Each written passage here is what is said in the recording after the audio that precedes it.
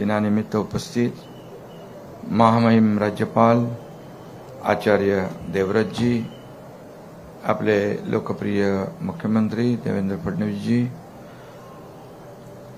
उपाध्यक्ष अण्णा बनसोडे, मंत्री संजय राठोड, मंत्री मंगल प्रभात लोढा, मंत्री आशिष शेलार, मंत्री संजय शिरसाट, आनंदराज आंबेडकर जी, नरेंद्र जाधव जी, श्री कालिदास कोळंबकर जी, राहुल शेवाळे, संजय बनसोडे, सर्व व्यासपीठावरील सन्मान्य मान्यवर, महापालिकेचे आयुक्त आहेत, त्याचबरोबर अन्य सर्व मान्यवर, अमित साटमजी आणि नागसेन कांबळे,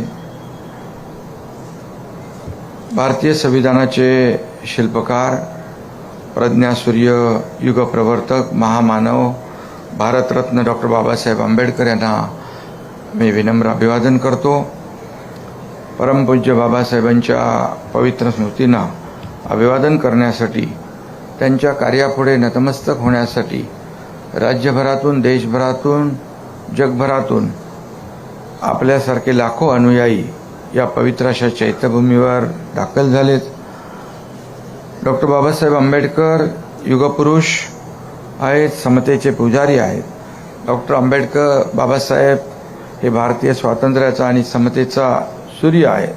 या सूर्याला वंदन करण्यासाठी आपण सगळे या ठिकाणी जमलोय. हा सूर्य महाराष्ट्राच्या अंगणात जन्मला होता, ज्याच्या तेजाने संपूर्ण विश्व तेजोमय झालं.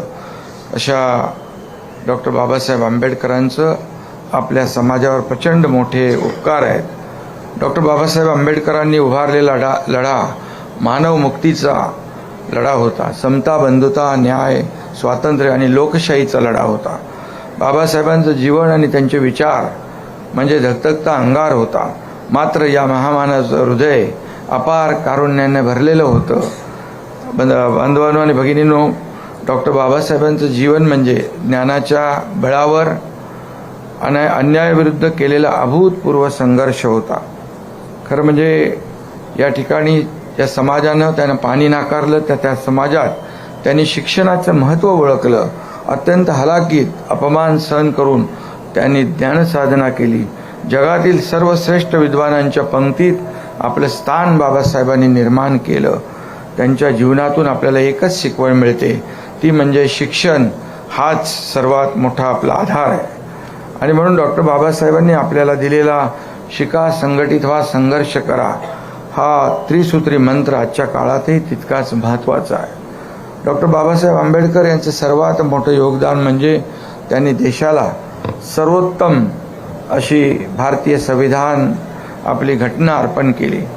हे संविधान केवळ कायद्याचं पुस्तक नाही आहे, तर ते न्याय, स्वातंत्र्य, समता आणि बंधुता या 4 स्तंभावर उभी असलेली भारताच्या लोकशाहीची पायाभरणी आहे. आपण कल्पना केली, ज्या व्यक्तीला जीवनात इतके अन्याय सोसावे लागले, त्या व्यक्तीने ज्या राष्ट्रासाठी संविधान लिहिलं, तेव्हा त्यात बदल्याची भावना नव्हती, देशद्वेष नव्हता, मत्सर नव्हता. प्रत्येक भारतीयाला सन्मानाने जगण्याचा हक्क देण्याची उदात्त भावना त्यांच्या मनामध्ये होती. आणि म्हणून बाबासाहेबांचं कार्य हे एका विशिष्ट समाजापुरतं मर्यादित नव्हतं, ते संपूर्ण मानवमुक्तीचं कार्य होतं असं म्हणायला लागेल आपल्याला. बाबासाहेबांनी आपल्या ज्ञानाचा उपयोग तळागाळातील दुर्बल, वंचित आणि उपेक्षित समाजाला सशक्त बनवण्यासाठी केला.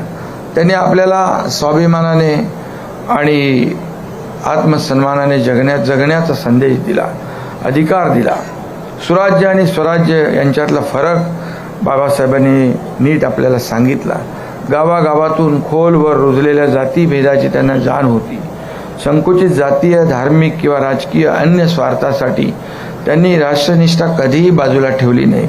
आणि म्हणून स्वातंत्र्यानंतर कायदा मंत्री म्हणून सत्तेत सहभागी होताना, शेड्यूल कास्ट फेडरेशन काढताना, धर्मांतराची घोषणा करताना अशा महत्त्वाच्या जीवन प्रसंगी सतत त्यांनी राष्ट्रनिष्ठा जागृत ठेवली.